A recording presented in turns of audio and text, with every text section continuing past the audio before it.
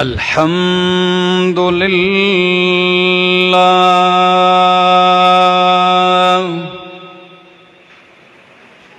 الحمد لله رب العالمين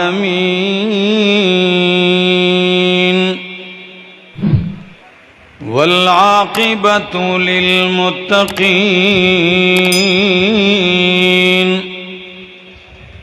والصلاة والسلام على أشرف الأنبياء وإمام المرسلين وعلى آله وأصحابه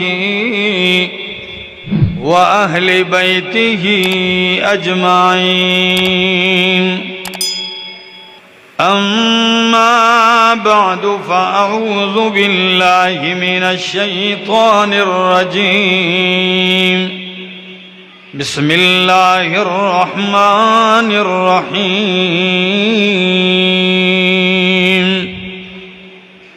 ألف لام را تلك آيات الكتاب الحكيم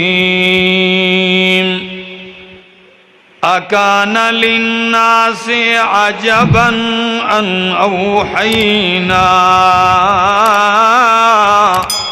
إلى رجل منهم أن أنذر الناس وبشر الذين آمنوا أن لهم قدم صدق عند ربهم قال الكافرون إن هذا لساحر مبين وقال تعالى ألف لام را كتاب أحكمت آياته ثم فصلت من لدن حكيم خبير ألا تعبدوا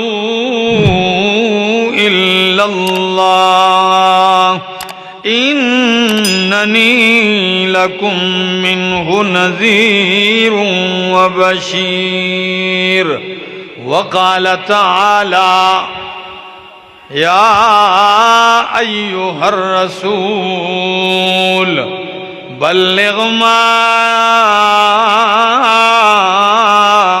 أنزل إليك من ربك وإن لم تفعل فما بلغت رسالته والله يعصمك من الناس وقال النبي صلى الله تعالى عليه وسلم إنما بعثت معلما وقال عليه الصلاة والسلام إنما بعثت لأتمم مكارم الأخلاق سبحان ربك رب العزة عما يصفون وسلام على المرسلين والحمد لله رب العالمين.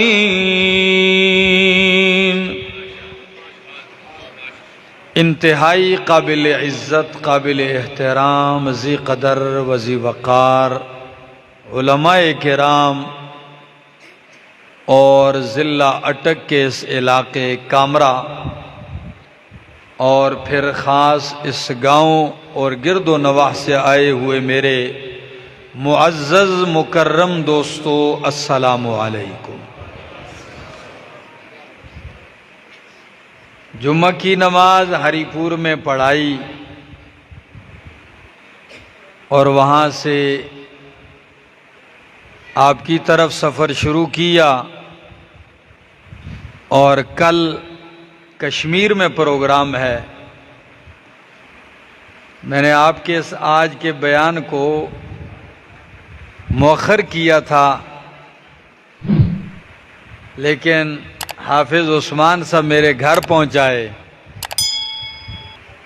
گزشتہ جمعہ انہوں نے وہاں پڑھا اور کہنے لگے استاد جی جو مرضی ہو جائے پروگرام میں آپ نے شرکت کرنی ہے. تو الحمدللہ اللہ نے موقع نصیب کیا، حاضری ہوئی ہے. دعا گو ہوں اللہ ہمارا بیٹھنا سننا سنانا اپنی بارگاہ میں اپنی رضا کے لیے قبول اور منظور فرمائے، اور اللہ ایسے بول سکنے کی توفیق نصیب فرمائے کہ جو بول اللہ کی بارگاہ میں شرف قبولیت پا کر میرے لیے اور آپ سب کے لیے نجات کا ذریعہ بن جائیں. اشتہار پہ نظر پڑی تو عنوان تھا مقصد آمد مصطفیٰ صلی اللہ علیہ وسلم، کہ نبی اکرم صلی اللہ تعالی علیہ وسلم کی آمد کا مقصد کیا ہے.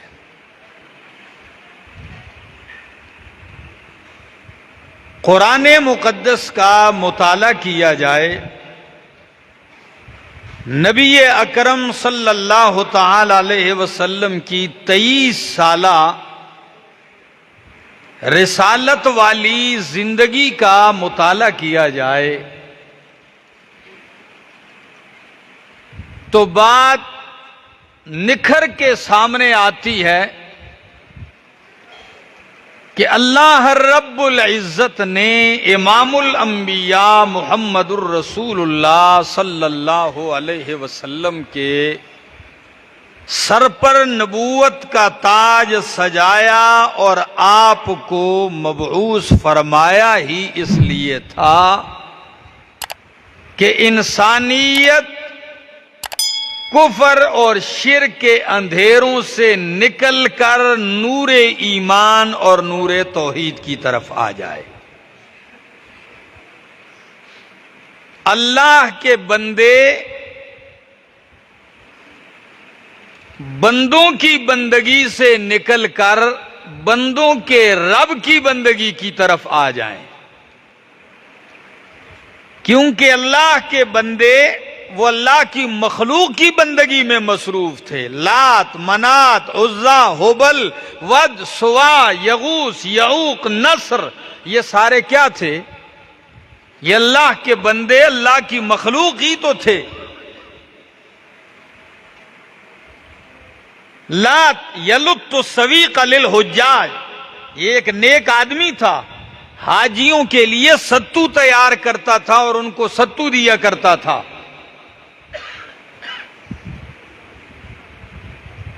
یہ نیک لوگ تھے. شیطان نے اللہ کی بندگی سے نکالا اور اللہ کی مخلوق اور بندوں کی بندگی میں لگایا. اور قرآن مقدس بھی کہتا ہے کہ میں نے اپنے پاک پیغمبر صلی اللہ تعالی علیہ وسلم کو مبعوث فرمایا اور انہیں قرآن دیا. کس لیے دیا؟ فرمایا الف لام را کتاب، اللہ کتاب اے ھذا کتاب، یہ شان والی عظمت والی رتبوں والی کتاب ہے. احکمت آیاتہ، اس کی آیتیں مضبوط کی گئی ہیں، محکم کی گئی ہیں. ثم فصلت، پھر اس قرآن کی آیتوں کی تفصیل کی گئی ہے. کس کی طرف سے تفصیل کی گئی ہے؟ من لدن حکیم خبیر، اس حکیم اور خبیر ذات کی طرف سے تفصیل کی گئی ہے. کامرے والوں، وہ تفصیل کیا ہے جو اس محکم کتاب کی گئی ہے؟ کیا تفصیل کی گئی ہے؟ قرآن کہتا ہے اللہ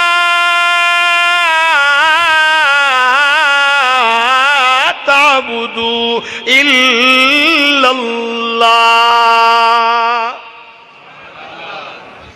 وہ تفصیل یہ ہے کہ اللہ تعبدو الا اللہ، کہ بندگی نہ کرو، عبادت نہ کرو الا اللہ، مگر کس کی؟ آپ ناراض ہیں؟ سپیکر کو مزے کا نہیں، آج کیا کروں، جتنا ہم تھکے ہوتے ہیں اللہ کی شان ہے اور ہماری قسمت ہے، اتنا ہی ہمیں سپیکر تھکا ہوا ملتا ہے۔ میں جدھر بھی پروگرام کے لیے جاتا ہوں پہلے دعا کرتا ہوں، یا اللہ اس کو شفائے کاملہ دے دے۔ یہ ہمارا انتخابی نشان ہے، خراب سپیکر، ٹھیک ہے نا۔ میں جہاں سفر پہ جاتا ہوں نا تو نماز کی ضرورت پڑتی ہے، تو ہر جگہ تو میں پڑھتا نہیں ہوں نماز، بھائی امام کیسا ہے، اس کا عقیدہ کیسا ہے، تو میں اوپر دیکھتا ہوں سپیکر کیسے ہیں، یہ ڈنگے پڑنگے لگے ہوں نا، ٹوٹے ہوئے، میں سمجھتا ہوں یہ ہمارے ہی ہوں گے، یہ مسجد ہماری ہی ہے، تو بس آؤ پڑھ لیتے ہیں نماز۔ مبتدئین کے آپ دیکھ لیں، 4 آدمی مسجد میں بیٹھے ہوں گے، پورا محلہ حرکت کر رہا ہوگا، سپیکر اتنے ہوں گے۔ تو بہرحال اللہ پاک سے توفیق مانگتے ہیں، اللہ ہمت دے، توفیق دے۔ 2-4 باتیں عرض کر کے آپ کی جان چھوڑتا ہوں۔ فرمایا اللہ تعبدو الا اللہ، کہ بندگی نہ کرو الا اللہ، مگر اللہ کی۔ یہ مقصد ہے قرآن کے آنے کا، اور یہی مقصد ہے پیغمبر کے آنے کا۔ مجھے قول یاد آ گیا صحابی رسول کا، قربان جاؤں، حضرت ربعی بن عامر رضی اللہ تعالیٰ عنہ کیا جملے کہے ہیں، اللہ گواہ ہے، آب زر سے لکھنے کے قابل ہیں۔ کامرے والوں سنانے جا رہا ہوں، سنیے ذرا پوری تفصیل کے ساتھ۔ ایران کا بادشاہ ہے، اس نے اپنی فوج بھیجی ہے، اور فوج کا سپہ سالار ہے رستم۔ کیا نام تھا اس کا؟ رستم۔ وہ اپنی ساری فوج لے کے آیا ہے، اور خلافت ہے فاروق اعظم رضی اللہ تعالیٰ عنہ کی۔ اس علاقے میں حضرت ابو عبیدہ بن جراح رضی اللہ تعالیٰ عنہ ہے۔ اب فوج بھیجی ہے رستم کی، لاکھوں فوج ہے۔ کسی نے دل میں خیال آیا رستم کے کہ یار ویسے ہی حملہ کرنے سے پہلے پوچھ تو لیں چاہتے کیا ہے مسلمان۔ انہیں پیغام بھیجا مسلمانوں کی طرف کہ اپنا کوئی نمائندہ سفیر بھیجو جو مذاکرات کرے جنگ سے پہلے۔ نظر ڈالی گئی، فوج کے کمانڈر مسلمانوں کے سالار نظر ڈالتے ہیں کس صحابی پر؟ آپ کہیں گے کوئی فوج میں بہت بڑا عہدہ ہوگا اس کا، نہیں، نظر دوڑاتے ہیں، حضرت ربعی پہ نظر ٹھہرتی ہے۔ ربعی بن عامر رضی اللہ تعالیٰ عنہ، گریبان بند کرنے کے لیے بٹن بھی نہیں ہے، ببول کے کانٹے ہیں، بٹن بھی نہیں، کانٹے لگے ہوئے ہیں، اور لاغر دبلا پتلا سا ایک کمزور گھوڑا ہے۔ کہنے لگے قوم یا ربعی، ربعی ذرا اٹھ۔ ربعی اٹھتے ہیں، کہنے لگے ربعی آپ نے جانا ہے سپر پاور، اور سپر پاور ملک کی فوج سے مذاکرات کرنے ہیں، لیکن خیال رہے کپڑے تبدیل نہیں کرنے، اسی لباس میں جانا ہے۔ کیوں؟ اللہ نے ہمیں یہ رنگ برنگ کپڑوں اور جوڑوں سے عزت نہیں دی ہے، اللہ نے ہمیں عزت قرآن اور اسلام کے ذریعے دی ہے۔ اللہ اکبر، عزت ہمیں سے ملی ہے، چھوڑو کپڑے شپڑے ایسے، اور اسی دبلے لاغر گھوڑے پہ جانا ہے۔ قربان جاؤں ربی، تیری جرت پر ہو فقیر و درویش، یہ بھی نہیں کہا کہ چیف صاحب اتنی بڑی فوج کے کمانڈر سے مذاکرات کے لیے بھیج رہے ہو، کوئی کمیٹی بناؤ، کوئی وفد بناؤ۔ نہ امیر نے کہا، نہ اس درویش نے کہا، ترکش اٹھایا، نیزہ اٹھایا اور گھوڑے پہ چھلانگ لگائی، ایڑی لگائی، چل بھائی۔ اللہ گواہ ہے، عجیب لوگ تھے خدا کی قسم۔ بتانے لگا ہوں، ذرا سنیے۔ پہنچتے ہیں ادھر رستم، اسے انتظار ہے، مسلمانوں کا وفد آنے والا ہے۔ دور دور تک اس نے قالین بچھا دیے صحرا میں، حد نگاہ تک دور دور قالین ہی قالین بچھے ہوئے ہیں۔ اور پھر ان قالینوں پہ اپنا تخت لگا دیا، تخت پہ رستم بیٹھ گیا تاج پہن کے، اور تخت پہ چڑھنے کے لیے دور تک راستہ بنا دیا ایک سڑک نما قالین پہ، اور دونوں جانب تکیے رکھ دیے۔ اور تکیے بھی کون سے تکیے؟ گول تکیے، ان کے اوپر کشیدہ کاری ہوئی ہے، کڑائی ہوئی ہے سونے کے تاروں سے، سونے کا تاج پہنا ہوا تخت پہ۔ یہ کیوں کیا اس نے؟ کہ مسلمان آئے گا، ان مزوں کو یہ چیزیں دیکھے گا تو وہ اپنی باتیں بھول جائے گا، بس ہماری ہاں میں ہاں ملانے لگ جائے گا، جیسے دنیا میں ہوتا آ رہا ہے آج کل۔ چنانچہ ربعی پہنچتے ہیں، رستم فوج کھڑی کی ہوئی ہے، تخت پہ آیا ہوا ہے۔ انہیں کیا معلوم تھا کہ مسلمانوں کا وفد کیا ربعی تنے تنہا آ گیا؟ جا کے کھڑا ہوا، گھوڑے اوپر کھڑا ہے اور قالین کے اوپر گھوڑا چڑھا دیا۔ سیکورٹی والوں نے روکا، اللہ کے بندے ٹھہر جاؤ، کدھر جا رہے ہو؟ کہنے لگی کدھر جا رہا ہوں، آپ کا دماغ ٹھیک ہے؟ آپ نے بلایا ہے اور ابھی کہتے ہو کدھر جا رہے ہو؟ نے کہا آپ کون ہیں؟ کہنے لگی آپ جاؤ رستم سے کہو آپ نے بلایا، میں تو بات کرنے آیا ہوں۔ انہوں نے کہا اگر آپ نے بات کرنی یہ اسلحہ اتارو، ایسے اسلحے سے لیس جاؤ گے؟ اسلحہ بھی اتارو، گھوڑا بھی نیچے باندھو اور جاؤ۔ کہنے لگا بات کرنی ہے ٹھیک ہے، نہیں تو گھوڑے کو ادھر ہی سے ایڑی دوں گا، واپس چلا جاؤں گا۔ وہ بھی حیران ہے بھائی، ایک سے دو نہیں مانتا۔ جا کے رستم سے کہا کوئی بندہ آیا ہے دبلے لاغر سے گھوڑے پر، اور اتنا سخت مزاج ہے کہ ایک سے دوسری بات نہیں ہو سکتی اس کے ساتھ۔ رستم نے کہا بھائی اسی کو آنے دو، اسی طرح آنے دو اس کو۔ علامہ شبلی نعمانی الفاروق میں لکھتے ہیں اور کمال کا لکھتے ہیں، کہتے ہیں ربعی قالین پہ گھوڑا چڑھایا اور تھوڑا سا آگے لے جانے کے بعد اترتے ہیں گھوڑے سے اور گھوڑا تکیے کے ساتھ باندھ دیا۔ کس کے ساتھ؟ تکیے کے ساتھ گھوڑا باندھ دیا۔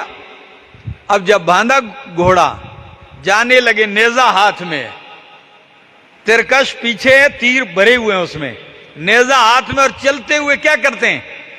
ایسے قالین پہ مارتے جا رہے ہیں، اور قالین میں سوراخ بھی ہوتا جا رہا ہے۔ سارے حیران، عجیب آدمی ہے، لاٹھی کی جگہ نیزہ آ رہے ہیں، قالین ساری سوراخ کر دی، اور کبھی ترچھی ایسے بھی مار دیتے ہیں تکیے میں بھی سوراخ کرتے ہوئے جاتے ہیں۔ آپ کہیں گے کیا کوئی دماغی؟ جن چیزوں پہ تم مر مٹتے ہو، ہم چلتے چلتے رستم کے سامنے آ کھڑا ہوا، جی صوفے پر بیٹھیے۔ کہنے لگا اٹھاؤ صوفہ۔ میں صوفے پہ بیٹھنا پسند نہیں کرتا ہوں، ادھر نیچے ہی بیٹھوں گا۔ تو ان کو کہنے لگے او بدو، دیہاتی ہو، عربی ہو، کیا چاہتے ہو؟ پوری دنیا کو تم نے ہلا کے رکھ دیا ہے، چونکہ خلافت فاروق اعظم کی ہے، 22 لاکھ مربع میل پہ اسلام کا پرچم لہرا رہا ہے، کیا چاہتے ہو؟ آمد مصطفیٰ کا مقصد، ساری گفتگو اس بات کے لیے، سنیے ذرا۔ رستم کہنے لگا کیا چاہتے ہو؟ ربعی کہنے لگا بتاؤں کیا چاہتے ہیں؟ کہنے لگا ابتعثن اللہ، ابتعثن اللہ، ہم آئے نہیں، ہم بھیجے گئے ہیں، اللہ نے ہمارا انتخاب کیا ہے۔ کس لیے کیا ہے؟ لنخرج العباد من عبادت العباد الى عبادت رب العباد۔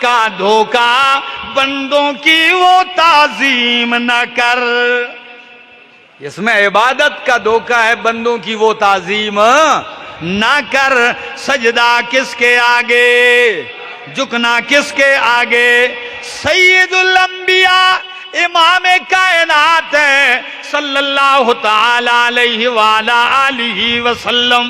صحابی کہتے ہیں اللہ کے رسول ہم دیکھتے ہیں اپنی قوموں کو، خاندانوں کو دیکھتے ہیں کہ لوگ اپنے بڑوں کو جھکتے ہیں. کیا کرتے ہیں؟ جھکتے ہیں، سجدہ کرتے ہیں تعظیم کا. تو آپ زیادہ لائق ہیں، آپ سے بڑا کون ہے؟ آپ سے زیادہ تعظیم اور احترام کے قابل کون ہے؟ تو ہم آپ کو تعظیماً سجدہ کر لیا کریں. ہمارا دل چاہتا ہے. اب آپ سے ایک بات پوچھوں کامرے والوں، یہ صحابی نے جو پوچھا اور اجازت مانگی، یہ عبادت کے سجدے کی اجازت مانگی تھی؟ جی ہاں، اس دھوکے میں کوئی نہ رہے. کس کی اجازت مانگ رہا ہے صحابی؟ تعظیم کا سجدہ، احتراماً آپ کے سامنے جھکنے کو جی چاہتا ہے. تو جواب سنی اللہ کے پاک پیغمبر صلی اللہ تعالی علیہ وآلہ آلہ وسلم فرماتے ہیں سن لو لأحد ان یسجد لأحد لأمرت النساء ان یسجدن لأزواجہن. اگر کسی انسان کے لیے کسی کے سامنے تعظیماً سجدہ جائز ہوتا تو میں بیویوں کو حکم دیتا کہ وہ خاوندوں کو تعظیم کا سجدہ بجا لائیں. لیکن اللہ کے سوا کسی اور کے سامنے نہ عبادت کا سجدہ جائز ہے نہ تعظیم کا. اس لیے بیوی خاوند کے سامنے بھی سجدہ، امتی نبی کے سامنے بھی سجدہ نہیں کر سکتا. اور اللہ کے پاک پیغمبر صلی اللہ تعالی علیہ وسلم کی وفات سے چند دن پہلے کے الفاظ ہیں، فرمایا لعن اللہ الیہود والنصارى. اللہ لعنت کرے یہودیوں عیسائیوں پر. کیوں لعنت کرے؟ اتخذوا قبور انبیائہم مساجدا. انہوں نے اپنے نبیوں کی قبروں کو کیا بنایا ہے؟ سجدہ گاہ بنائے. کامرے والو، سید الانبیاء رحمت کائنات کیا بھیج رہے ہیں ان لوگوں پر؟ لعنت بھیج رہے ہیں جو نبیوں کی قبروں کو سجدہ گاہ بناتے ہیں. تو کامرے والو، احمد جمشید کو جواب چاہیے، جب نبیوں کی قبروں کو سجدہ گاہ بنانے والا لعنتی ہے اور لسان نبوت سے لعنت برستی ہے، تو پھر پاکستانی چرسیوں اور بھنگیوں کی قبروں کو سجدہ بنانے والا کیا ہوگا؟ وہ رحمت کا مستحق ہوگا. وہ کہاں رحمت پائے گا؟ میرے دوستو، بات سمجھنے کی ہے. ایک اور جملہ کہنے لگا ہوں. حجر اسود جانتے ہو؟ کعبۃ اللہ کے کونے میں لگا ہے. ہر حاجی عمرے کرنے والا، طواف کرنے والے کی خواہش ہوتی ہے کہ مجھے موقع مل جائے میں اس کو چھو لوں، میں اس کو بوسہ دے دوں. اور اگر کوئی بوسہ اور چھو نہ سکے تو دور سے کیا کرتا ہے؟ بسم اللہ اللہ اکبر کہہ کے استعلام کرتا ہے. دور سے استعلام کرتا ہے. جنت کا پتھر ہے، حجر اسود ہے، جو چھوتا ہے استعلام کرتا ہے، گناہ جھڑتے ہیں. اتنا معزز فرشتہ سید الانبیاء نے چھوا ہے، اسے بوسہ دیا ہے. سید الاولیاء نے چھوا ہے اسے. لیکن فاروق اعظم طواف کرتے کرتے جب سامنے آتے ہیں تو چھونے سے پہلے، بوسہ دینے سے پہلے کچھ کہتے ہیں. سنا دوں آپ کو کیا کہتے ہیں؟ انی عالم انک حجرون. او حجر اسود، اچھی طرح جانتا ہوں تو ایک پتھر ہے. لا تنفع ولا تضر، نہ تو نفع دے سکتا ہے نہ نقصان دے سکتا ہے. لولا رأیت رسول اللہ یقبلک ما قبلتک. اگر میرے مصطفیٰ نے تجھے بوسہ نہ دیا ہوتا میں تجھے بوسہ کبھی بھی نہ دیتا۔ کامرے والوں، اگر جنت کا پتھر کعبۃ اللہ میں لگا ہوا پتھر میرے مصطفیٰ کا بوسہ دیا ہوا پتھر نفع نقصان کا مالک نہیں ہے تو پاکستانی قبروں پہ رکھے ہوئے پتھر بلا نفع نقصان کے قابل ہو سکتے ہیں؟ بولو، ہو سکتے ہیں؟ تو نفع نقصان کا مالک کون ہے؟ اسی لیے تو میں اکثر کہتا ہوں کہیں نخل مرقد کی چھاؤں میں سجدے، کہیں نخل مرقد کی چھاؤں میں سجدے، کہیں مرنے والوں کے پاؤں میں سجدے، اشاروں میں سجدے، نگاہوں میں سجدے، یہاں اور وہاں خانقاہوں میں سجدے۔ ہو رہے ہیں کہ نہیں ہو رہے؟ اکبر الہ آبادی نے کتنا ہی خوب جملہ کہا، کہتا ہے در خانقاہ پہ پڑا ہوں اکبر۔ خانقاہ پہ کئی لوگ پڑے ہیں، جا کے آپ بھی دیکھ لو مزاروں پہ لائن لگی ہوئی ہے۔ کسی میڈیا والے نے کسی مزار پہ کوئی زمانے سے پڑے مجاور سے پوچھا کہ جی آپ بابا کے خلیفہ ہیں؟ جی بس کرم ہے مالک کا۔ اچھا، نے کہا جی آپ نے بڑی عبادتیں کی ہیں۔ جی بیٹا عبادتیں تو ہم دیکھ لیں، عبادت کر کر کے ہی تو ہم پتلے اور سکھ گئے ہیں، گل سڑے ہوئے ہیں، لباس بھی بالکل مختصر سا ہے بدن پہ۔ نے کہا اچھا جی ماشاءاللہ ذرا دوسرا کلمہ سنا دو۔ کلمہ تو نہیں آندا نا جی، یہ گل نہ پوچھا کرو۔ دعائے قنوت، او بھائی یہ اوکھے کام نہیں آدھے ایسا۔ کہا جی نماز کیسے پڑھتے ہو؟ او بادشاہ یہ دعائے قنوت والی، یہ درود والی، یہ نمازاں عام لوگاں دیاں نے۔ کہ جی تو ساڑی نماز کیڑی ہے؟ اکھی سگریٹ دے اندر کالی بوٹی پا کے سوٹا لانے عشق دی نماز ہے۔ او بھائی کمال ہے یار، لوگ ان کو بھی مان لیتے ہیں اور ایسوں کو اٹھا کے کیا کہہ دیتے ہیں کہ یہ اللہ کا ولی ہے۔ میں نے کہا کچھ انصاف کرو ظالمہ، اگر کتاب و سنت کا واقف ہوتا ان کو ولی الرحمن نہ کہتا، یہ ولی الشیطان ہے۔ کیونکہ بابا نے کیا خوب کہا، سادی بابا کہتا ہے کار شیطان میں کند نامش ولی، کار شیطان میں کند نامش ولی، گر ولی اینست لعنت بر ولی۔ شیطانوں کے کام کرتا ہے لوگ اسے ولی کہتے ہیں، اگر شیطان کے کام کرتا ہے تو ایسے پہ لعنت ہو۔ آؤ اللہ کا ولی کون ہے؟ کار رحمان میں کند نامش ولی، جو رحمان کا کام کرے ایسا ولی ہے تو سن لیجئے، کار رحمان میں کند نامش ولی، گر ولی اینست رحمت بر ولی۔ یہ ولی ہے تو ایسے ولی پہ اللہ کی رحمتیں ہوتی ہیں۔ میرے دوستو آئیے اپنا عقیدہ چٹان پہ مضبوط، ریت کے ٹیلوں پہ پاؤں نہیں رکھیے کہ جدھر کوئی بہ جائے ادھر ہی بندہ بہ جائے، جدھر کوئی اونچی جگہ نظر آ جائے ادھر ہی سجدے شروع کر جائیں، جدھر ہی کوئی کپڑا شپڑا لٹکتے ہوئے نظر آئے تو ادھر ہی ٹھہر جائے اور جھکنے لگ جائے۔ میرا دوست اللہ کے ساتھ اپنا تعلق جوڑیے اور یہ عہد کیجئے کہ اللہ مرتے مر جاؤں گا، تیرا در چھوڑ کے کہیں اور نہیں جاؤں گا۔ یہی میرے پیغمبر کی آمد کا کیا تھا؟ مقصد تھا۔ اللہ ہم سب کو عمل کی توفیق عطا فرمائے۔ زندگی باقی، ملاقات باقی۔